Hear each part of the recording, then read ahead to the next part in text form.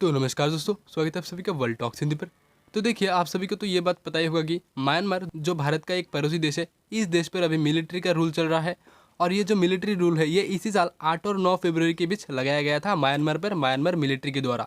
और इस रूल को लगाने के बाद म्यांमार मिलिट्री ने ये कहा है कि म्यांमार में जो इस पर इलेक्शन हुआ है, इस इलेक्शन में धांधली हुआ है, और इसीलिए म्यांमार की मिलिट्री ने म्यांमार की जो पूरी पावर है ये अपने कंट्रोल में ले लिया है। और म्यांमार मिलिट्री की इस हरकत के ऊपर बहुत सारे फॉरेन कंट्रीज जैसे यूएस, फ्रांस, जर्मनी, ये सारे देश बहुत ही ज़्यादा गुस्सा है, क्योंकि उनका कहना है कि म्यांमार मिलिट्री की इस स्टेप के कारण म्यांमार की जो डेमोक्रेटिक सिस्टम है इस पर बहुत ज़्यादा बुरा प्रभाव पड़ा है, और वहाँ के लोगों की जो डेमोक्रेटिक राइट्स है इन पर भी बहुत ज़्यादा बुरा असर पड़ा है। और अभी म्यांमार मिलिट्री को लेकर यूएन पर शुक्रवार को एक रेजोल्यूशन आया है, जिसमें यह कहा गया है कि जो भी देश अभी म्यांमार को हथियार सप्लाई कर रहा है, उन सभी देशों को अभी म्यांमार को हथियार सप्लाई करना तुरंत से बंद करना होगा। और पिछले नवंबर के महीने में म्यांमार में जो इलेक्शन हुआ है, जिसमें आंग सान सू की बहुत ही ज्यादा मार्जिन से चुनाव जीती थी, इस चुनाव का सम्मान करते हुए आंग सान सू की को जल्दी से रिहा करना पड़ेगा म्यांमार मिलिट्री को। लेकिन जब इस रेजोल्यूशन में वोटिंग की बारी आई, तब भारत ने यहाँ पर इस रेजोल्यूशन में वोटिंग करने से एब्सटेन कर दिया, और भारत के साथ कुल 36 देशों ने इस रेजोल्यूशन में वोटिंग करने से एब्सटेन कर दिया,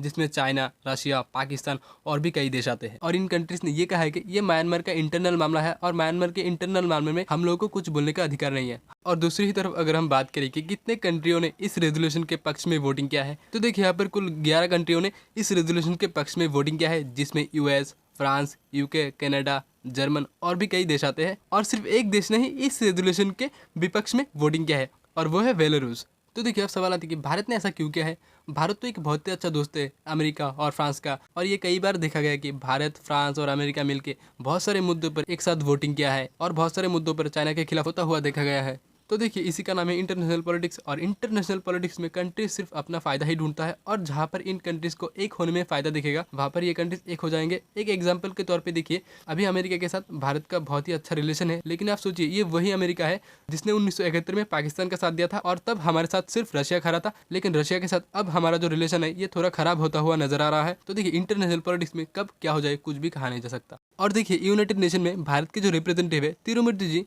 इन्होंने इस रेजोल्यूशन के बारे में ये कहा है कि म्यांमार की जो पड़ोसी कंट्रीज है, इन कंट्रीज से इस इशू के बारे में कुछ भी पूछा नहीं गया, और जल्दबाजी में कुछ कंट्रीज से म्यांमार के खिलाफ म्यांमार की इस इशू को लेकर डिसीजन ले रहा है। और तिरुमूर्ति जी ने ये साफ कहा है कि म्यांमार की इस इशू को लेकर म्यांमार के खिलाफ रेजोल्यूशन लाके म्यांमार पर सैंक्शंस लगा के कुछ भी नहीं होगा। और अगर म्यांमार की डेमोक्रेटिक व्यवस्था को और भी ज्यादा स्ट्रॉन्ग करना है, ताकि भविष्य में ऐसी सिचुएशन म्यांमार में फिर से ना आए, इसके लिए म्यांमार की जो अड़ोसी पड़ोसी देश है, इन देशों के साथ एकजुट होकर विचार विमर्श करना होगा, तभी जाके म्यांमार की जो गणतांत्रिक व्यवस्था है इस पर कुछ सुधार होगा।